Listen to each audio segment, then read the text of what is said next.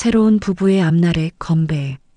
모든 이들이 한 목소리로 외치며 와인을 마셔댔습니다. 민수도 미소를 지으며 잔을 기울였는데 와인을 삼킨 후 잠깐 이상한 표정을 지었어요. 쓴맛이 너무 강하다는 듯이 얼굴을 찡그렸지만 곧 다시 환한 웃음을 지으며 서연과 함께 인사를 드렸죠. 갑자기 민수가 하는 소리를 내더니 비틀거리기 시작했어요. 민수야! 왜 그래? 서연이 깜짝 놀라 민수를 붙잡았습니다. 숨이 안 쉬어져. 하고 헐떡거렸어요. 쿵 하는 소리와 함께 식장 한쪽 바닥에 쓰러져 버렸습니다. 봄바람이 살랑살랑 불어오는 4월의 어느 화창한 토요일이었습니다. 마을 전체가 들썩이며 축제 분위기에 휩싸여 있었죠. 오늘은 마을의 모범 청년 민수와 예쁜 새색시 서연의 결혼식이 있는 날이었거든요. 아이고, 우리 민수 정말 잘생겼네. 서연이도 참 고와라. 저런 며느리 얻으면 복이지. 마을 어른들의 축복 인사가 이어지는 가운데 결혼식장 앞마당은 온통 하얀 꽃으로 장식되어 있었습니다. 민수 어머니는 아침부터 분주하게 손님들을 맞이하며 환한 웃음을 지었고 서연의 부모님도 딸의 큰 날을 맞아 기쁨을 감추지 못했죠. 신랑 입장하십니다. 웅장한 결혼 행진곡이 울려 퍼지자 모든 시선이 한 곳으로 몰렸습니다. 깔끔한 턱시도를 차려입은 민수가 걸어 들어오는데 그 모습이 얼마나 당당하고 멋있던지요. 평소보다 조금 긴장한 듯 보였지만 곧 결혼하게 될 서연을 생각하니 입가에 미소가 번졌습니다. 이어서 순백의 웨딩드레스를 입은 서연이 아버지와 함께 걸어 나왔습니다. 하얀 베일 아래로 드러난 서연의 얼굴은 수줍음과 기쁨으로 붉어져 있었고 민수를 바라보는 눈빛에는 사랑이 가득했죠. 참 보기 좋다. 정말 보기 좋아. 손님들의 감탄사가 여기저기서 터져 나왔습니다. 주례 선생님의 진행으로 결혼 서약이 시작되었습니다. 민수와 서연은 서로의 손을 꼭 잡고 마주보며 서약서를 읽기 시작했죠. 저 민수는 서연을 평생 사랑하며 아끼고 보호할 것을 약속드립니다. 저 서연은 민수를 평생 믿고 의지하며 함께할 것을 약속드립니다. 두 사람의 목소리에는 진심이 가득했습니다. 서연은 감격에 겨워 눈물을 글썽였고 민수는 그런 서연의 손을 더욱 꼭 잡아주었죠. 하지만 그 순간 민수의 이마에 살짝 땀이 맺히는 것을 아무도 눈치채지 못했습니다. 반지 교환 의식이 이어졌습니다. 민수가 서연의 약지에 반지를 끼워주는 순간 서연의 얼굴에 환한 웃음이 번졌죠. 이어서 서연도 떨리는 손으로 민수의 손가락에 반지를 끼워주었습니다. 이제 부부의 인연을 맺었습니다. 키스를 나누세요. 주례의 선언에 박수가 터져 나왔고 민수와 서연은 수줍게 입맞춤을 나누었습니다. 그 순간 색종이가 하늘로 날아오르며 축복의 함성이 식장을 가득 메웠죠. 건배 시간이 되었습니다. 하얀 테이블 위에는 빨간 와인이 담긴 잔들이 준비되어 있었고 모든 손님들이 잔을 들어 올렸습니다. 새로운 부부의 앞날에 건배. 모든 이들이 한 목소리로 외치며 와인을 마셨습니다. 민수도 미소를 지으며 잔을 기울였는데 와인을 삼킨 후 잠깐 얼굴을 찡그렸습니다. 하지만 그것도 잠시, 곧 다시 환한 웃음을 지으며 서연과 함께 손님들에게 인사를 드렸죠. 식이 끝나고 모든 이들이 축하 인사를 나누며 기념사진을 찍고 있을 때였습니다. 갑자기 민수가 하는 소리를 내더니 비틀거리기 시작했어요. 민수야, 왜 그래? 서연이 깜짝 놀라 민수를 붙잡았습니다. 하지만 민수는 대답 대신 갑자기 가슴을 움켜쥐며 아프다 하고 중얼거렸죠. 그리고 그 다음 순간 쿵 하는 소리와 함께 식장 한쪽 바닥에 쓰러져 버렸습니다. 민수야, 민수야. 서연의 비명이 식장을 가득 메웠고 순식간에 축제 분위기는 아수라장으로 변했습니다. 하객들은 우왕좌왕했고 누군가는 119에 신고했죠. 단 30분 전만 해도 행복의 절정에 있던 결혼식장이 순식간에 비극의 현장으로 바뀌어 버린 것입니다. 응급실의 차가운 형광등 불빛 아래 서연은 하얀 웨딩드레스를 입은 채 플라스틱 의자에 앉아 멍하니 벽을 바라보고 있었습니다.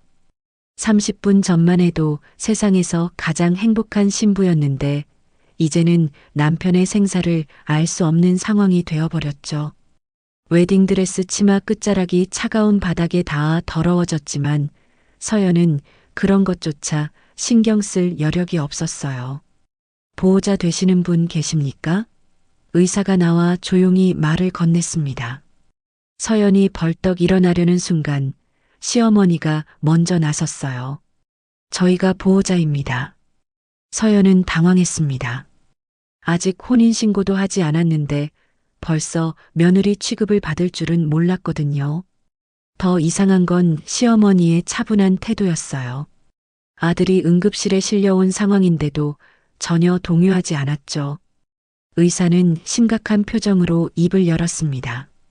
급성 심장마비로 추정됩니다.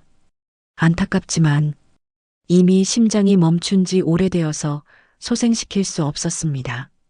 서연의 눈앞이 캄캄해졌어요. 그럴 리 없어요. 민수는 건강했단 말이에요. 매년 종합검진도 받았고 심장병 같은 거 없었다고요. 하지만 시어머니는 서연의 팔을 꽉 잡으며 조용히 말했습니다. 의사 선생님, 감사합니다. 받아들이겠습니다. 그 목소리가 너무나 차분해서 서연은 소름이 돋았어요. 방금 전 아들이 죽었다는 소식을 들었는데 어떻게 저렇게 침착할 수 있을까요? 눈물 한 방울 흘리지 않고 있었거든요. 어머니, 이상해요. 민수는 작년에도 심전도 검사받았는데 아무 이상 없다고. 서연이 말을 이으려 하자 시어머니가 날카롭게 끊어버렸습니다. 서연아, 의사가 그렇다는데 뭔 말이 더 필요해? 이미 끝난 일이야. 받아들여야 해. 병원 복도에서 시아버지는 계속 누군가와 전화통화를 하고 있었어요. 알겠습니다. 조용히 처리하겠습니다. 걱정 마세요. 목소리가 낮고 비밀스러웠죠. 서연이 다가가자 급히 전화를 끊어버렸어요. 아버지, 누구랑 통화하셨어요? 아, 그냥 직장에. 휴가 신청하려고. 하지만 오늘은 토요일이었어요. 장례식장으로 이동하는 동안 서연은 계속해서 이상한 기분을 떨쳐낼 수 없었습니다. 민수의 시신을 보는 시댁 식구들의 반응이 너무 담담했거든요.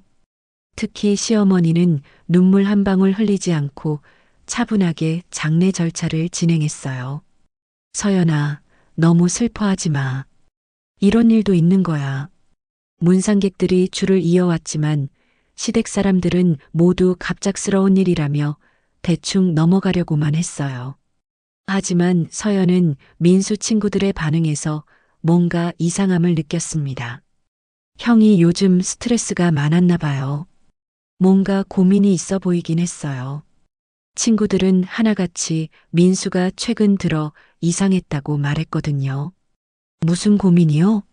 서연이 물었지만 친구들은 서로 눈치를 보며 말을 흐렸어요. 그냥 뭔가 힘들어 보였다고 해야 할까요? 그때 시어머니가 나타나서 친구들을 밀어냈습니다. 얘들아, 오늘은 조용히 보내자. 쓸데없는 얘기하지 말고. 장례식 다음 날 서연은 민수의 유품을 정리하러 시댁에 갔습니다. 민수의 방은 그대로 보존되어 있었는데 책상 위에 놓여 있던 민수의 휴대폰을 보는 순간 깜짝 놀랐어요. 화면이 완전히 초기화되어 있었거든요. 연락처, 사진, 메시지까지 모든 것이 사라져 있었어요. 어머니, 민수 핸드폰이 왜 이래요? 연락처며 사진이며 다 사라졌네요. 서연이 물었지만 시어머니는 아마 고장났나 보다며 시큰둥하게 대답했습니다. 하지만 서연은 이상했어요. 민수는 핸드폰을 아끼는 성격이라 매일 백업도 하고 사진도 꼼꼼히 정리했거든요. 그런 민수의 폰이 하루 만에 초기화될 리 없었어요. 혹시 누가 만진 건 아니에요? 중요한 자료들도 있었을 텐데. 서연이 다시 물었지만 이번엔 시아버지가 나서서 딱 잘라 말했습니다. 서연아, 이런 일은 더 이상 캐묻지 마. 죽은 사람 일 가지고 자꾸 그러면 안 좋아. 그 말투가 너무 단호해서 서연은 더 이상 묻지 못했어요. 하지만 서연은 포기할 수 없었습니다. 그날 밤 몰래 민수의 방으로 들어가 더 자세히 살펴보기로 했어요. 책장을 뒤지다 보니 민수의 수첩이 하나 나왔습니다. 마지막 페이지에는 결혼식 전날 적힌 글이 있었어요. 미안해 서연아. 선택의 여지가 없었어. 이것만은 지켜야 해. 서연의 손이 떨렸습니다. 무엇을 지켜야 한다는 걸까요? 그리고 왜 미안하다고 했을까요? 수첩을 더 넘겨보니 이상한 전화번호와 3억, 보험금이라는 단어들이 적혀 있었어요. 다음 날 아침 일찍 서연은 병원으로 달려갔습니다. 담당 의사를 다시 만나 정확한 사인을 물어보려 했거든요. 선생님, 정말로 심장마비가 맞나요? 다른 원인은 없을까요? 혹시 독성 검사 같은 건? 하지만 의사는 고개를 저었습니다. 부검을 하지 않는 이상 정확한 원인을 알기는 어렵습니다. 하지만 가족분들께서 부검을 강력히 거부하셨어요. 뭐라고요? 부검을 거부했다고요? 서연은 충격을 받았습니다. 아무도 그런 얘기를 한 적이 없었거든요. 언제 누가 거부했나요? 어머님으로 보이는 분이 어제 저녁에 오셔서 종교적인 이유로 부검을 절대 할 수 없다고 하시더군요. 거의 협박하듯이 말씀하셨어요. 의사의 말에 서연은 머리가 띵해졌어요. 시어머니는 종교가 없는 분이었거든요. 오히려 무속신앙을 믿는 편이었죠. 서연이 급히 시댁으로 달려가려는데 복도에서 시어머니가 누군가와 전화통화를 하고 있었습니다. 알았어. 이제 조용해질 거야. 더 이상 문제 없어. 예상대로 잘 처리됐고 목소리가 평소와 달리 냉정하고 차가웠어요. 돈은 언제 들어와? 보험회사에서 뭐라고 해? 전화를 끊은 시어머니와 눈이 마주친 서연. 시어머니는 당황한 기색도 없이 오히려 서연을 노려보며 말했습니다. 서연아, 앞으로는 함부로 병원 같은 데 가서 이상한 소리 하지 마. 민수 명예에도 안 좋고 우리 가족 모두에게도 좋지 않아. 어머니, 그게 무슨 말씀이에요? 저는 그냥 민수가 왜 갑자기... 서연이 말하려 하자 시어머니가 손을 번쩍 들어 제지했습니다. 이 일은 더 이상 캐묻지 마. 그게 민수를 위하는 일이고 너를 위하는 일이야. 알겠지? 그 목소리에는 명백한 경고의 뜻이 담겨 있었어요. 시어머니의 차가운 경고를 받은 후 서연은 혼란스러운 마음으로 집으로 돌아왔습니다. 하지만 포기할 수는 없었어요. 민수의 죽음에 분명 숨겨진 무언가가 있다는 확신이 들었거든요. 특히 수첩에 적힌 3억, 보험금이라는 단어들이 계속 머릿속을 맴돌았습니다. 그날 밤 서연은 잠들지 못하고 계속 민수의 마지막 모습을 떠올렸어요. 와인을 마신 후 찡그렸던 표정, 차가웠던 손, 그리고 미안해라고 중얼거렸던 말들이 퍼즐 조각처럼 흩어져 있었죠. 뭔가 중요한 단서를 놓치고 있다는 느낌이 들었습니다. 새벽 4시까지 뒤척이다가 결국 일어나서 창밖을 바라봤어요. 다음 날 이른 아침 서연은 결혼식장 근처를 다시 찾아갔습니다. 혹시 놓친 단서가 있을지도 모른다는 생각에서였죠. 식장 주변을 천천히 둘러보다가 옆 건물에 있는 작은 카페에 들어갔어요. 커피를 주문하며 사장에게 넌지시 물어봤습니다. 사장님, 혹시 그저께 밤에 이 근처에서 이상한 일 없었나요? 사장이 잠깐 생각하더니, 아, 맞다. 그저께 밤에 좀 시끄러웠어요. 밤 11시쯤인가? 누가 큰 소리로 싸우는 것 같더라고요. 그래서 잠도 못 잤어요. 라고 말했습니다. 서연의 심장이 쿵 하고 뛰었어요. 어디서요? 누가 싸웠나요? 서연이 급하게 물었습니다. 바로 저기 식장 뒤편 주차장에서요. 한 명은 젊은 남자 목소리 같았고 다른 한 명은 나이 든 남자 목소리였어요. 젊은 남자가 계속 안 된다. 그럴 수 없다고 소리치더라고요. 그리고 서연이는 상관없잖아라는 말도 들렸어요. 나이 든 남자는 이미 늦었다. 내일이면 끝이야라고 하더군요. 서연은 온몸에 소름이 돋았습니다. 그 젊은 남자가 민수였다면, 그리고 내일이라는 건 결혼식 당일을 말하는 거라면요. 서연은 카페를 나와 바로 식장 뒤편 주차장으로 달려갔습니다. 그곳은 어제 민수가 차를 주차했던 곳이었어요. 주변을 살펴보니 바닥에 담배꽁초 몇 개가 떨어져 있었고 한쪽 화단에는 싸움이 있었던 듯 흙이 파헤쳐져 있었죠. 화단 가장자리에는 새까만 신발 자국도 여러 개 남아 있었어요. 더 자세히 보니 한쪽 벽면에는 뭔가에 긁힌 듯한 자국도 있었습니다. 정말 여기서 민수가 누군가와 싸웠던 건가? 서연은 혼잣말을 하며 더 자세히 살펴봤습니다. 그때 화단 모서리에서 반짝이는 무언가를 발견했어요. 민수가 평소 차고 다니던 시계였습니다. 그런데 시계줄이 끊어져 있었고 시계 뒷면에는 붉은 자국이 묻어 있었어요. 그것도 완전히 마른 게 아니라 최근 것 같아 보였죠. 서연은 시계를 주워들고는 근처 상가를 돌아다니며 혹시 CCTV가 있는지 확인해 봤습니다. 다행히 식장 맞은편 편의점에 CCTV가 있었어요. 사장에게 사정을 얘기하니 흔쾌히 영상을 보여줬습니다. 어디 보자. 결혼식 전날 밤 11시 정도? 아, 맞다. 그날 밤 정말 시끄러웠어요. 손님들도 뭐냐고 물어보더라고요. 편의점 사장이 영상을 되돌려가며 찾아봤어요. 그리고 잠시 후 화면에 놀라운 장면이 나타났습니다. 민수가 혼자 어떤 남자와 대화를 하고 있었고 그 남자는 결혼식 때 뒤편에 서 있던 검은 정장의 낯선 남자였어요. 영상 속에서 두 사람은 격렬하게 말다툼을 벌이고 있었습니다. 민수가 손을 저으며 거부하는 모습이었고 남자는 계속 뭔가를 강요하는 듯 보였어요. 그러다가 갑자기 몸싸움이 벌어졌고 그 과정에서 민수의 시계가 떨어진 것 같았죠.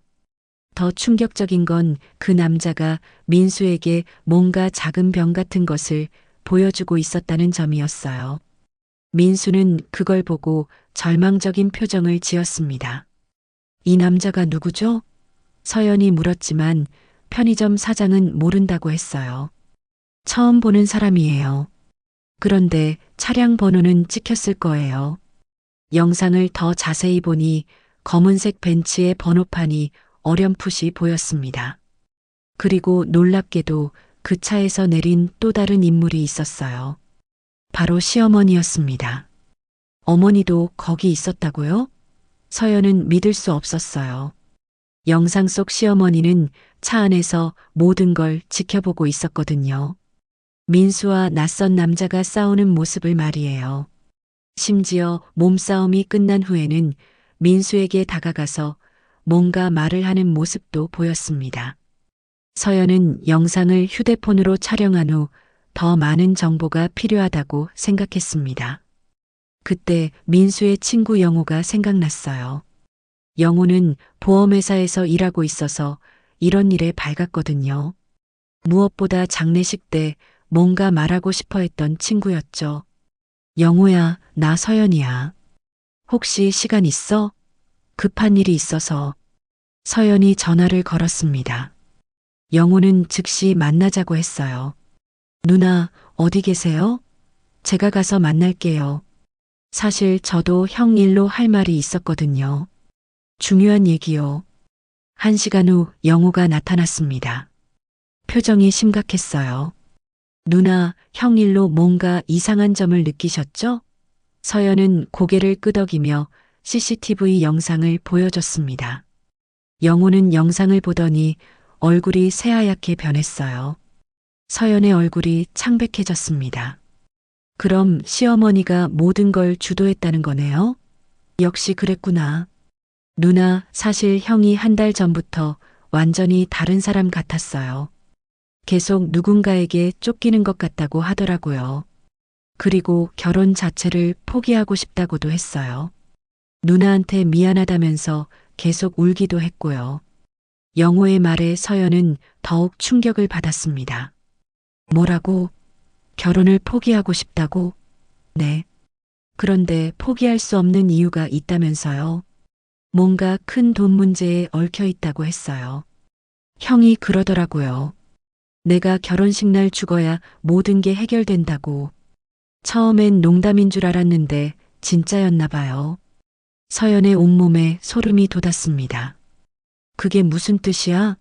잘 모르겠어요. 하지만 형이 최근에 거액의 생명보험을 들었다는 얘기를 들었어요. 그것도 수혜자가 시어머니로 되어 있다고.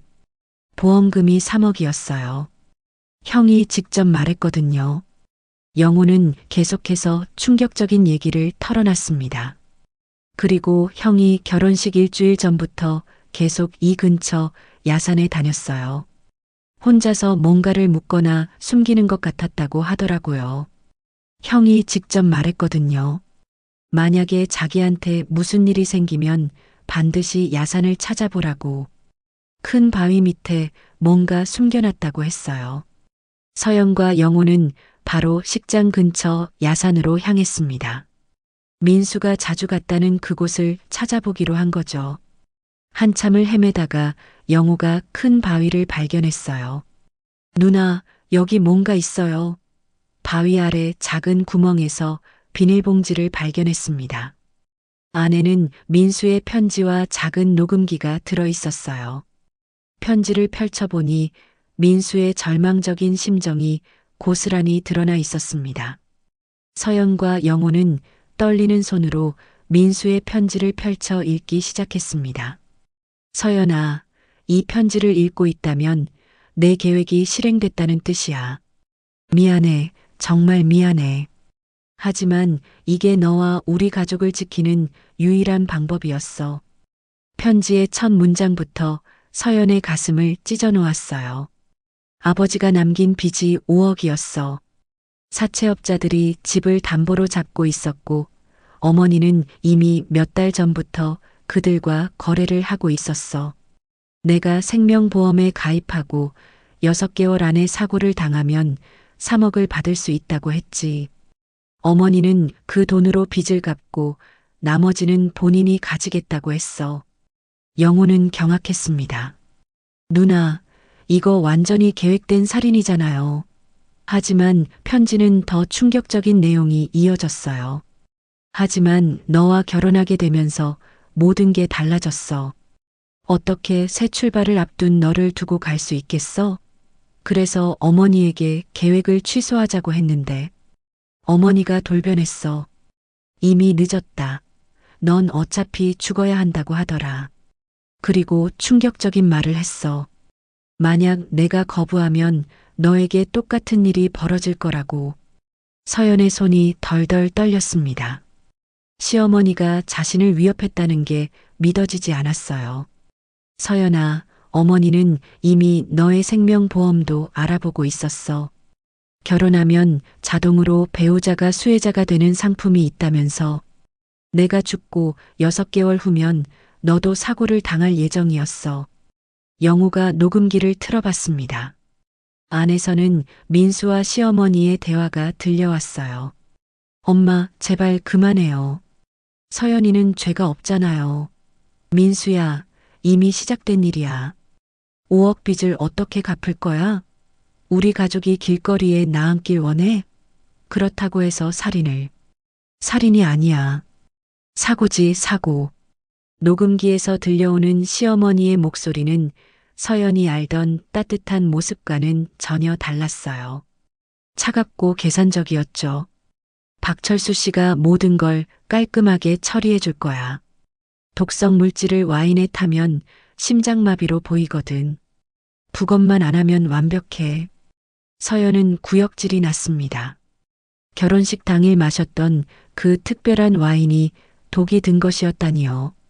그럼 민수는 그걸 알고도, 응, 나는 모든 걸 알고 있었어. 하지만 거부할 수 없었어. 너를 지키려면 내가 희생해야 했거든. 영호는 더 이상 듣지 못하겠다며 녹음기를 껐습니다. 누나, 당장 경찰에 신고해야 해요. 이건 명백한 계획살인이에요. 하지만 서연은 망설였어요. 아직 확실한 물증이 부족했거든요. 영호야, 일단 시댁에 가서 더 많은 증거를 찾아보자. 유언장이나 보험 서류 같은 것들 말이야. 서연은 결심했습니다. 민수의 죽음을 헛되이 할 수는 없었어요. 그날 저녁 서연은 시댁으로 향했습니다. 다행히 시어머니는 친척 집에 가고 없었고 시아버지만 혼자 있었어요. 시아버지는 평소와 달리 술에 취해 있었죠. 아버지, 안녕하세요. 서연이 인사하자 시아버지는 피해야 할 시선으로 서연을 바라봤어요. 서연아, 너는 왜 자꾸 여기 와? 이제 남남인데. 아버지, 민수 유품 중에 빠뜨린 게 있을까 봐서요. 시아버지는 허탈한 웃음을 지었습니다.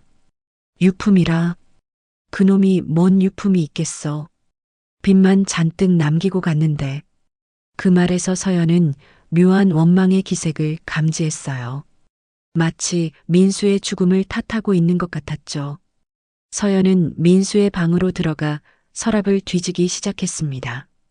그러다가 책상 맨 아래 서랍에서 잠긴 작은 상자를 발견했어요. 열쇠는 민수가 항상 차고 다니던 목걸이에 달려 있었죠. 상자를 열어보니 놀라운 것들이 들어 있었어요. 보험 가입 서류, 그리고 시아버지가 직접 작성한 유언장이 있었습니다. 유언장을 펼쳐보는 순간 서연은 경악했어요. 서연에게는 절대 진실을 말하지 말 것. 그 아이가 알면 모든 계획이 무산된다. 민수가 죽고 6개월 후 서연도 같은 방법으로 처리할 것. 더 충격적인 건 그 다음 문장이었어요. 서연의 생명보험은 이미 가입 완료. 수혜자는 시어머니. 보험금 2억. 총 5억으로 빚을 모두 갚고 나머지는 3등분. 3등분이라고? 서연은 혼란스러웠어요. 시어머니, 시아버지, 그리고 누가 더 있다는 걸까요? 유언장을 더 읽어보니 그 정체가 드러났습니다. 박철수와의 계약대로 수수료 30% 지급. 나머지는 우리가 가져간다. 그때 갑자기 뒤에서 발소리가 들렸습니다. 서연이 돌아보니 시아버지가 서 있었어요. 하지만 아까와는 전혀 다른 모습이었죠. 술에 취한 척했던 것뿐 실제로는 멀쩡했어요. 서연아, 그걸 보면 안 되는데. 시아버지의 목소리가 차갑게 변했습니다. 아버지, 이게 뭐예요? 민수가 정말 살해당한 거예요? 서연이 떨리는 목소리로 물었지만 시아버지는 대답 대신 한숨만 쉬었어요. 원래는 내가 모르고 지나갔으면 좋았을 텐데. 왜 자꾸 캐려고 하니? 아버지가 공범이었다는 거죠? 민수를 죽이는데 동참했다는 거죠? 서연의 목소리가 높아졌습니다. 시아버지는 자포자기한 표정으로 털어놨습니다. 5억 빚을 어떻게 감당해? 이자만 해도 한 달에 500만 원이야. 우리는 이미 파산 직전이었어. 민수도 알고 있었고 스스로 희생하겠다고 했어. 거짓말이에요. 민수는 거부했다고 했잖아요. 처음엔 그랬지. 하지만 내가 위험해진다는 걸 알고는 결국 받아들였어. 너를 지키려고. 시아버지의 말에 서연은 오열했습니다. 그럼 저도 죽일 계획이었다는 거예요? 미안하다, 서연아. 정말 미안하다. 하지만 이미 돌이킬 수 없어. 너무 많은 사람이 연루돼 있어. 시아버지의 고백에 서연은 절망감을 느꼈어요. 그때 집 밖에서 차 소리가 들렸습니다. 시어머니가 돌아온 것 같았어요. 시아버지는 급하게 서연에게 속삭였습니다. 서연아, 지금 당장 여기서 나가. 그리고 절대 혼자 다니지 마. 이미 너의 차례가 다가오고 있어. 서연은 유언장을 움켜쥐고 뒷문으로 빠져나갔습니다. 하지만 마당에서 시어머니와 마주쳤어요. 시어머니는 서연의 손에 든 유언장을 보더니 싸늘하게 웃었습니다. 역시 그럴 줄 알았어. 서연아, 넌 정말 끈질기구나. 민수 닮아서 그런가? 시어머니의 목소리에는 더 이상 가식적인 따뜻함이 없었어요. 어머니, 정말 저까지 죽일 계획이었어요? 계획이 아니라 이미 시작됐어. 내 생명보험 서류는 어제 접수됐거든. 3개월 후면 보험 효력이 발생해. 그때까지만 살아있으면 돼. 시어머니의 말에 서연은 온몸이 얼어붙었습니다. 시어머니의 섬뜩한 말을 들은 서연은 온몸이 얼어붙었습니다. 3개월 후면 자신도 민수와 같은 운명을 맞게 된다는 사실이 믿어지지 않았어요. 어머니, 정말 그럴 거예요? 저까지 죽일 거예요? 서연의 목소리가 떨렸지만 시어머니는 차갑게 웃기만 했습니다. 서연아, 이미 시작된 일이야. 되돌릴 수 없어. 내가 너무 많이 알아버렸거든. 시어머니는 마치 일상적인 대화를 하듯 담담하게 말했어요. 그래도 민수보다는 행복할 거야. 최소 3개월은 더 살 수 있으니까. 서연은 유언장을 움켜쥐고 뒤로 물러섰습니다. 저 이제 갈게요. 하지만 시어머니가 앞을 막아섰어요. 서연아, 그 서류 놔두고 가.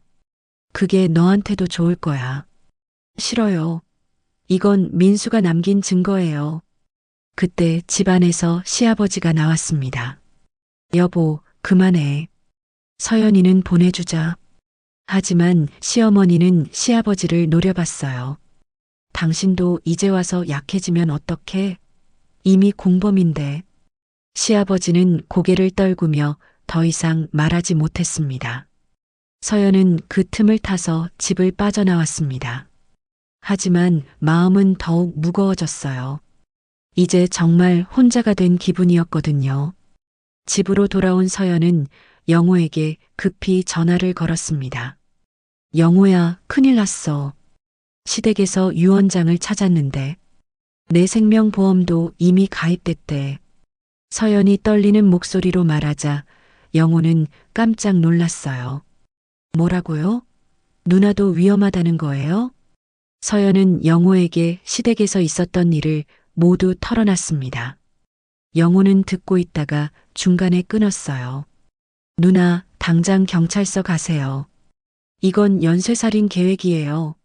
하지만 서연은 망설였습니다.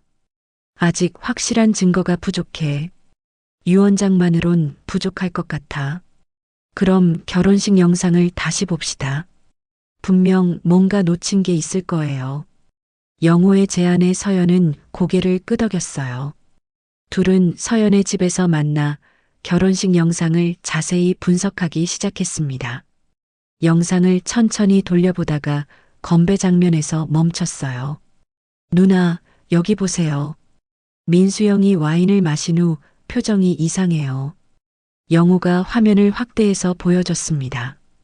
민수는 와인을 마신 후 분명히 얼굴을 찡그렸어요. 그리고 몇 초 후 다시 미소를 지었지만 그 미소가 억지스러워 보였죠. 그리고 여기 봐요. 시어머니가 특별한 와인이라고 했잖아요. 다른 하객들이 마신 와인과 색깔이 달라요. 영호의 지적이 맞았습니다. 일반 하객들이 마신 와인은 밝은 적색이었는데 민수와 서연이 마신 와인은 더 진한 색이었어요. 그럼 저도 독이 든 와인을 마신 건가요? 서연이 놀라서 물었지만 영호는 고개를 저었어요. 아니에요. 누나는 한 모금도 안 마셨어요. 여기 보세요. 민수영이 건배한 후 누나가 입술에 대려는 순간 누군가가 부른 것 같아요. 영상을 다시 보니 정말 그랬어요. 서연이 와인을 마시려는 순간 하객 중 한 명이 사진 찍어요. 라고 소리쳤고 서연은 와인잔을 내려놓고 포즈를 취했죠. 그리고 그 사이 와인잔이 어디론가 사라졌어요. 누가 제 와인잔을 가져간 걸까요? 서연이 의아해했을 때 영호가 영상을 더 자세히 보더니 놀라운 사실을 발견했어요. 누나, 여기 보세요. 시어머니가 누나 와인잔을 슬쩍 가져가고 있어요. 정말로 시어머니가 사람들이 사진 찍는 틈을 타서 서연의 와인잔을 가져가는 모습이 보였어요. 그리고 그 잔을 어디론가 숨겼죠. 왜 시어머니가 제 잔을 가져간 걸까요? 영호는 잠시 생각하더니 말했어요. 아마 누나 것에도 독이 들어 있었는데 계획이 바뀐 것 같아요. 민수형만 먼저 죽이고 누나는 나중에 죽이기로 한 거죠. 그 말에 서연은 소름이 돋았어요. 그럼 영상에 증거가 남아있을 수도 있겠네요? 맞아요. 사진사도 있었잖아요. 혹시 더 자세한 영상이나 사진이 있을지 몰라요. 영호의 말에 서연은 바로 사진사에게 연락했습니다. 다행히 사진사는 모든 원본 파일을 가지고 있었어요. 고화질 영상으로 다시 보내드릴게요. 건배 장면 특별히 많이 찍었거든요. 몇 시간 후 받은 고화질 영상에는 더 충격적인 장면들이 담겨 있었습니다.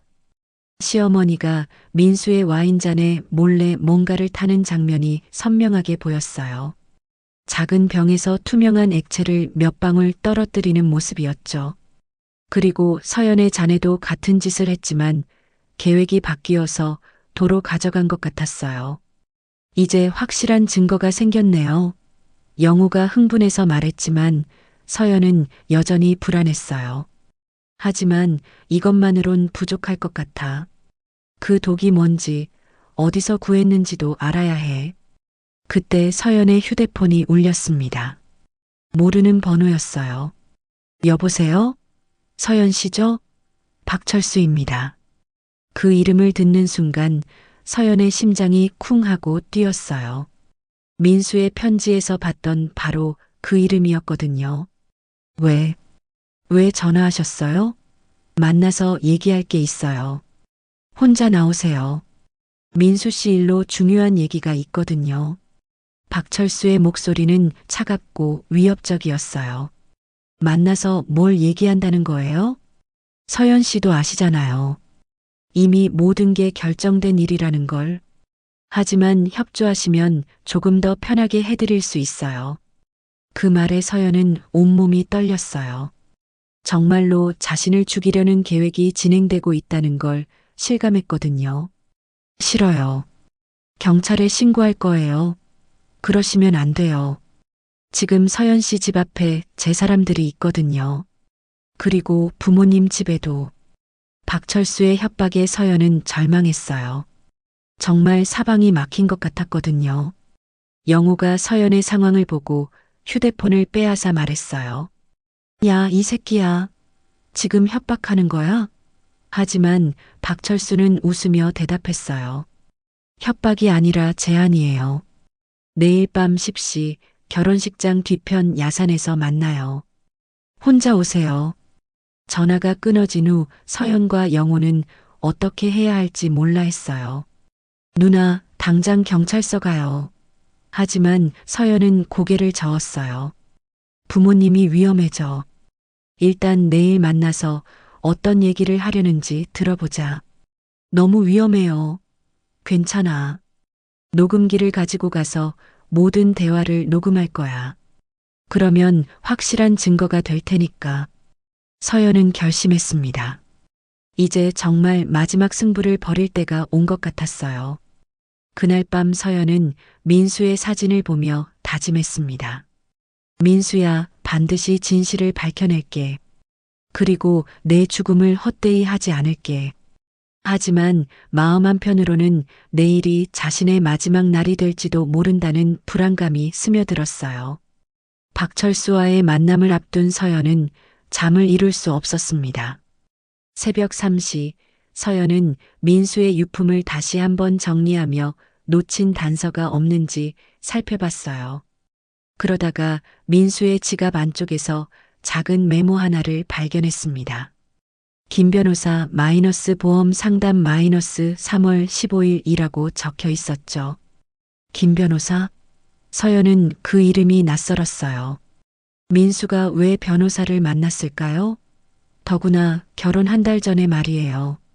서연은 바로 인터넷으로 검색해 봤습니다. 다행히 그 변호사 사무실을 찾을 수 있었어요. 아침 9시 서연은 변호사 사무실로 향했습니다. 김 변호사는 40대 중반의 인상 좋은 남자였어요. 민수 씨 부인이시군요. 정말 안타까운 일이었습니다. 김 변호사의 인사에 서연은 고개를 끄덕였어요. 변호사님, 민수가 왜 여기 왔었나요? 서연의 질문에 김 변호사는 잠시 망설이더니 입을 열었습니다. 사실 민수 씨가 매우 심각한 상황에 놓여 있었어요. 아버님이 남긴 부채 때문에 가족 전체가 위험했거든요. 김 변호사는 충격적인 사실을 털어놨습니다. 민수 씨 아버님은 5억 원의 빚을 남기고 돌아가셨는데 그 돈은 단순한 사업 부채가 아니었어요. 불법 도박으로 진 빚이었습니다. 그래서 사채업자들이 더욱 악랄하게 굴었죠. 불법 도박이요? 서연은 믿을 수 없었어요. 시아버지가 그런 일에 연루되어 있었다니요. 네, 그런데 더 놀라운 건 시어머니께서 이미 1년 전부터 이 문제를 알고 계셨다는 거예요. 그리고 해결책도 찾아 놓으셨고요. 김 변호사는 계속해서 설명했습니다. 시어머니께서 처음 제게 상담을 요청했을 때는 단순히 부채 정리 방안을 묻는 것 같았어요. 하지만 나중에 민수 씨가 혼자 와서 진실을 털어놨죠. 어머니가 생명보험을 이용한 계획을 세웠다고요. 그렇습니다. 민수 씨는 처음에는 단호히 거절했어요. 하지만 시어머니께서 서연 씨까지 위험에 빠뜨리겠다고 협박하자 어쩔 수 없이 동의했다고 하더군요. 김 변호사는 서류 하나를 꺼내 보여줬습니다. 이게 민수 씨가 마지막으로 남긴 문서예요. 만약 자신에게 무슨 일이 생기면 서연 씨에게 전해달라고 했거든요. 서류를 보니 민수가 직접 작성한 진술서였어요. 나 민수는 어머니 박순옥의 강요에 의해 3억 원 생명보험에 가입했다. 어머니는 박철수라는 사채업자와 협력하여 나의 죽음을 계획했다. 만약 내가 거부하면 서연에게 똑같은 일이 벌어질 것이라고 협박했다. 나는 서연을 지키기 위해 어쩔 수 없이 이 계획에 동의한다. 서연은 눈물을 흘리며 진술서를 읽었어요. 하지만 서연에 대한 위험은 결혼 후에도 계속될 것이다. 어머니는 이미 서연의 생명보험 가입도 계획하고 있다. 3개월 후 보험 효력이 발생하면 서연도 나와 같은 운명을 맞게 될 것이다. 진술서 마지막에는 더욱 충격적인 내용이 있었어요. 어머니와 박철수의 관계는 단순한 채권자와 채무자가 아니다. 그들은 이미 2년 전부터 이런 식으로 다른 가족들을 해쳤다. 조사해보면 비슷한 사례들이 나올 것이다. 김 변호사가 추가로 설명했습니다. 실제로 조사해보니 지난 2년간 박철수와 연관된 의문의 사망 사건이나 있었어요. 모두 갑작스러운 심장마비로 사망했고 가족들이 부검을 거부했죠. 사건이나요? 서연은 경악했습니다. 네, 그리고 모든 사망자가 거액의 생명보험에 가입되어 있었어요. 수혜자는 모두 가족이었고 박철수는 보험금의 30%를 수수료로 받았다고 추정됩니다. 김 변호사는 또 다른 서류를 꺼냈어요. 이건 박철수의 재산 내역인데 2년 사이에 급격히 늘어났어요. 그리고 시어머니 명의로 된 계좌도 여러 개 있습니다. 사실상 공범 관계죠. 서연은 모든 퍼즐이 맞춰지는 것을 느꼈어요. 그럼 시어머니가 이 모든 일의 주범이라는 거네요? 그렇게 봐야겠죠. 박철수는 실행범이고 진짜 배우는 시어머니인 것 같습니다. 김 변호사는 심각한 표정으로 말했습니다. 서연 씨, 지금 매우 위험한 상황이에요. 민수 씨 말대로라면 3개월 후가 서연 씨의 위험 시점입니다. 당장 경찰에 신고하세요. 사실 오늘 밤 박철수를 만나기로 했어요. 서연의 말에 김 변호사는 깜짝 놀랐어요. 절대 안 됩니다. 너무 위험해요. 하지만 이번이 마지막 기회일 것 같아요. 직접 자백을 받아낼 수 있다면. 김 변호사는 고민하더니 제안했습니다. 그럼 제가 도와드리겠어요. 경찰에 미리 신고하고 현장에 경찰이 대기하도록 하죠. 그리고 서연 씨는 고성능 녹음기를 가지고 가세요. 서연은 김 변호사의 제안을 받아들였어요. 오후에 경찰서에 가서 모든 증거를 제출하고 신고를 마쳤습니다. 경찰은 충분한 증거라며 즉시 수사에 착수하겠다고 했어요. 하지만 오늘 밤 만남은 위험하니 취소하세요. 담당 형사의 말에 서연은 고개를 저었어요. 박철수가 도망갈 수도 있어요. 오늘 밤이 마지막 기회예요. 결국 경찰과 함께 작전을 짜기로 했습니다. 서연이 박철수를 만나는 동안 경찰들이 숨어서 대기하고 위험해지면 즉시 진입하기로 했죠. 서연은 몸에 소형 녹음기와 GPS 추적기를 착용했어요. 저녁 9시 서연은 약속 장소인 야산으로 향했습니다. 어둠이 깔린 야산은 으스스했지만 민수를 위해서라면 어떤 위험도 감수할 각오가 되어 있었어요. 약속 시간 10분 전에 도착한 서연은 큰 바위 근처에서 기다렸습니다. 그런데 예상보다 일찍 발소리가 들렸어요. 한 명이 아니라 여러 명의 발소리였죠. 어둠 속에서 나타난 것은 박철수뿐만 아니라 시어머니까지였습니다. 그리고 놀랍게도 시아버지도 함께 있었어요. 서연아, 정말 혼자 왔구나. 시어머니가 싸늘하게 웃으며 말했습니다. 어머니, 아버지까지 왜 여기 있어요? 서연이 당황해서 물었지만 시아버지는 고개를 떨굴 뿐이었어요. 박철수가 앞으로 나서며 말했습니다. 서연 씨, 이제 모든 걸 정리할 때가 됐어요.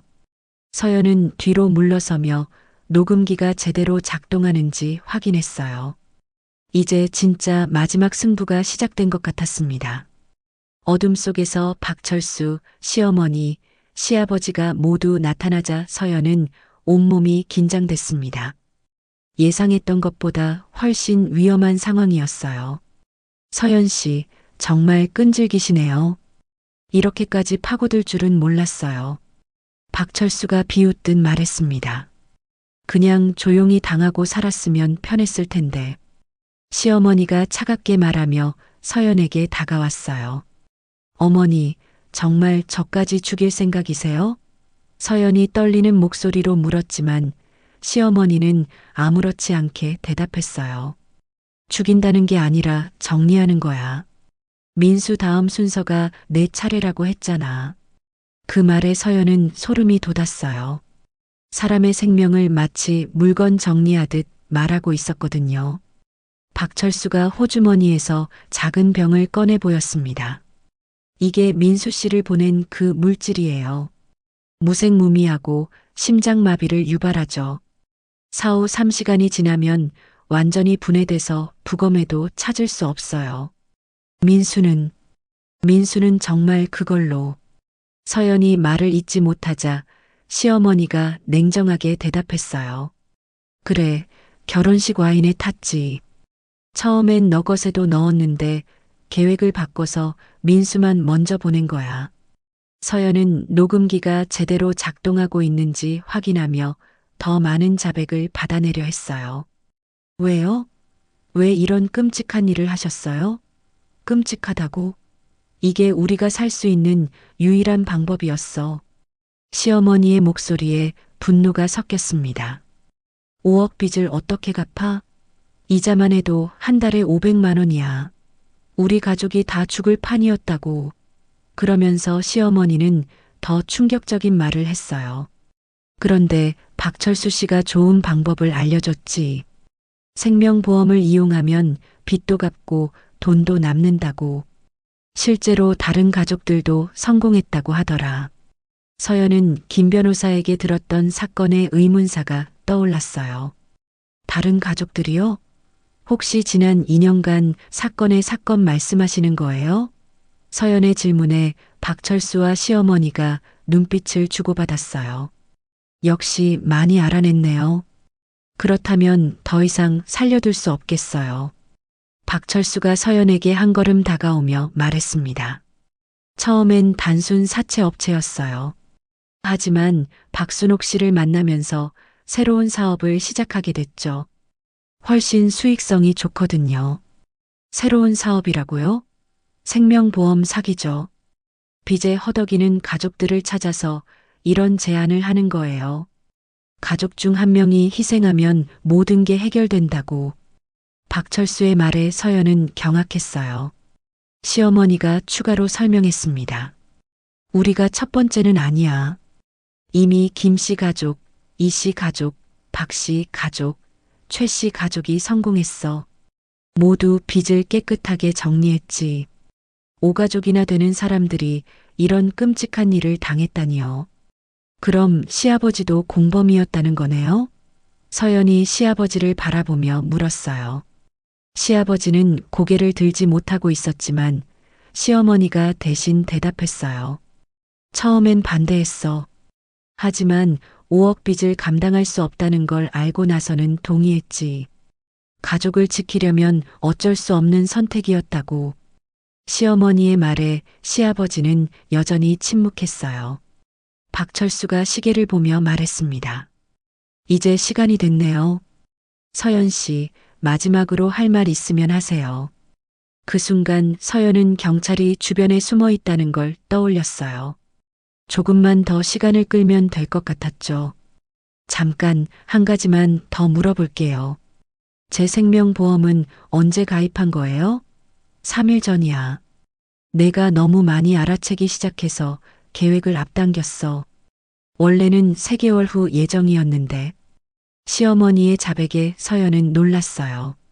그럼 보험 효력도 아직 발생하지 않았다는 거네요? 맞아. 하지만 상관없어.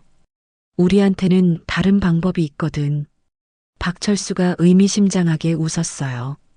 실종으로 처리하면 돼. 7년 후 사망 선고를 받으면 보험금이 나와. 서연은 그들의 계획이 얼마나 치밀한지 깨달았어요. 그럼 저를 여기서. 그렇죠. 이 깊은 산속에서 실종되면 찾기 어려울 거예요. 가끔 등산객들이 실족사 하잖아요. 그때 갑자기 주변에서 바스락거리는 소리가 들렸습니다. 박철수가 경계하며 주위를 둘러봤어요. 뭔가 이상해. 누가 있는 건 아니겠죠? 서연은 마음속으로 경찰이 오기를 간절히 바랐어요. 하지만 나타난 건 경찰이 아니었습니다. 어둠 속에서 나타난 건 영호였어요. 누나, 괜찮아요? 영호가 뛰어오자 박철수가 그를 막아섰어요. 이놈이 누구야? 민수 친구예요. 영호야, 어떻게 여기 온 거야? 서연이 놀라서 물었지만 영호는 대답할 시간이 없었어요. 박철수가 영호를 붙잡았거든요. 이제 목격자가 하나 더 늘었네요. 둘 다 처리해야겠어요. 시어머니가 차갑게 말했습니다. 영호도 너무 많이 알아버렸어. 어쩔 수 없지. 상황이 더욱 절망적이 됐어요. 이제 서연과 영호 둘 다 위험에 빠진 것이었죠. 그런데 그때 영호가 호주머니에서 뭔가를 꺼냈어요. 사실 전 이미 모든 걸 녹음했어요. 그리고 경찰에도 신고했고요.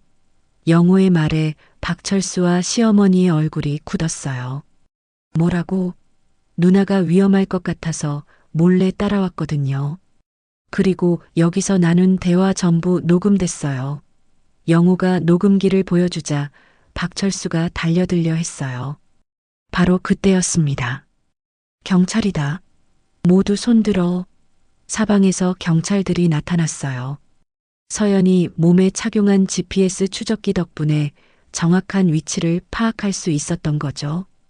박철수와 시어머니는 도망가려 했지만 이미 산 전체가 포위된 상태였어요. 체포한다. 살인교사 및 보험 사기 혐의로. 경찰이 수갑을 채우는 순간 시어머니가 소리쳤어요. 난 가족을 지키려고 한 거야. 내가 뭘 잘못했어. 하지만 아무도 그 말에 귀 기울이지 않았어요. 시아버지는 자수하겠다며 조용히 경찰을 따라갔죠. 서연은 드디어 모든 게 끝났다는 안도감에 주저앉았습니다. 영우가 다가와 서연을 부축했어요. 누나, 이제 정말 끝났어요. 민수영의 원한이 풀렸을 거예요. 하지만 서연의 마음은 복잡했어요. 진실을 밝혀냈지만 그 대가로 잃은 것들이 너무 많았거든요. 체포 현장에서 6개월이 흘렀습니다. 법정은 연일 시끌벅적했어요. 민수살인 사건과 연쇄보험 사기 사건이 동시에 재판을 받게 되면서 전국적인 관심을 끌었거든요. 서연은 증인석에 서서 그날의 기억을 생생하게 증언했습니다. 피고인 박순옥은 며느리인 저까지 같은 방법으로 살해할 계획을 세웠습니다. 제 생명보험까지 미리 가입해 놓고 있었어요. 서연의 증언에 방청석에서는 탄식이 터져 나왔어요. 어떻게 시어머니가 며느리까지 죽이려 할 수 있는지 이해할 수 없다는 반응이었죠. 검사가 충격적인 증거를 제시했습니다. 피고인들은 지난 2년간 총 5가족을 대상으로 같은 수법을 사용했습니다. 김 씨 가족의 23세 아들, 이 씨 가족의 25세 딸, 박 씨 가족의 52세 아버지, 최 씨 가족의 48세 어머니, 그리고 이번 민수 씨까지. 법정은 숨소리조차 들리지 않을 만큼 조용해졌어요. 박철수는 끝까지 부인했습니다. 저는 단순히 사채업만 했을 뿐입니다. 살인 계획은 박순옥 씨가 모든 걸 주도했어요. 저는 그냥 시키는 대로 했을 뿐이에요. 하지만 시어머니 박순옥은 정반대로 주장했어요. 제가 뭘 알겠어요? 박철수가 모든 걸 계획하고 저를 협박한 거예요. 아들을 잃은 어미 마음을 이용했다고요. 두 사람이 서로에게 책임을 떠넘기는 모습을 보며 서연은 씁쓸했어요. 민수의 죽음 앞에서도 이들은 자신의 이익만 챙기고 있었거든요. 시아버지 민철오만은 모든 걸 인정하며 참회의 모습을 보였어요. 저는 가족을 지키려는 마음에 잘못된 선택을 했습니다. 5억비 때문에 정신이 나가 있었어요. 아들 민수에게 그리고 며느리 서연에게 정말 죄송합니다. 평생 속죄하며 살겠습니다. 시아버지의 진심 어린 사과에 서연은 눈물을 흘렸어요. 적어도 한 사람은 양심이 남아있다는 걸 확인할 수 있었거든요. 재판이 진행되는 동안 더 충격적인 사실들이 드러났습니다. 박철수와 박순옥이 공범으로 저지른 범죄는 5건의 살인사건뿐만 아니었어요. 그들은 피해 가족들의 보험금을 받은 후에도 계속 협박해서 추가 돈을 뜯어냈던 것이었죠. 피해자 가족들은 보험금을 받은 후에도 지속적으로 협박을 당했습니다. 경찰에 신고하면 진실을 폭로하겠다며 입막음용 돈을 월 100만 원씩 요구했어요. 어떤 가족은 2년간 총 2,400만 원을 더 빼앗겼습니다. 검사의 발표에 방청석은 또 한 번 술렁였어요. 영호는 증인으로 나와 그날 야산에서 녹음한 내용을 재생했습니다. 우리가 첫 번째는 아니야. 이미 김 씨 가족, 이 씨 가족, 박 씨 가족, 최 씨 가족이 성공했어. 모두 빚을 깨끗하게 정리했지. 시어머니의 목소리가 법정에 울려 퍼지자 방청석에서는 분노의 탄식이 터져 나왔어요. 특히 충격적이었던 건 시어머니가 결혼식과 장례식에서 보여준 완벽한 연기였습니다. 영상 분석 전문가가 증언했어요. 피고인 박순옥은 민수 씨가 독에 쓰러지는 순간에도 전혀 놀라지 않았습니다. 오히려 시계를 확인하는 모습까지 보였어요. 이는 정확한 시간을 예측하고 있었다는 명백한 증거입니다. 더욱 경악스러운 건 장례식에서의 연기였어요. 법의학 전문가가 추가 증언했습니다. 장례식 영상을 분석한 결과 피고인의 눈물은 인위적으로 만들어진 것으로 판명됐습니다. 진짜 슬픔의 눈물과 달리 일정한 간격으로 떨어졌고 감정 표현도 과장돼 있었어요. 이 증언이 나오자 방청석에서는 어떻게 그럴 수 있어? 짐승만도 못하다. 라는 외침이 터져 나왔어요. 아들의 장례식에서조차 거짓 연기를 했다는 사실에 모든 사람들이 경악했거든요. 가장 충격적인 순간은 민수가 남긴 마지막 메시지가 공개됐을 때였습니다. 검사가 법정에서 민수의 녹음 파일을 재생했어요. 어머니, 제발 서연이는 살려주세요. 제가 대신 죽을 테니까 서연이만은. 민수의 간절한 목소리에 법정 앞 모든 사람이 눈물을 흘렸어요. 녹음에는 시어머니의 차가운 대답도 들어 있었어요. 민수야, 서연이도 어차피 3개월 후면 보낼 거야. 보험금이 더 많이 나오거든. 순서의 차이일 뿐이야. 이 음성이 재생되자 방청석에서는 분노의 함성이 터져 나왔고 판사가 정숙을 요청해야 했어요.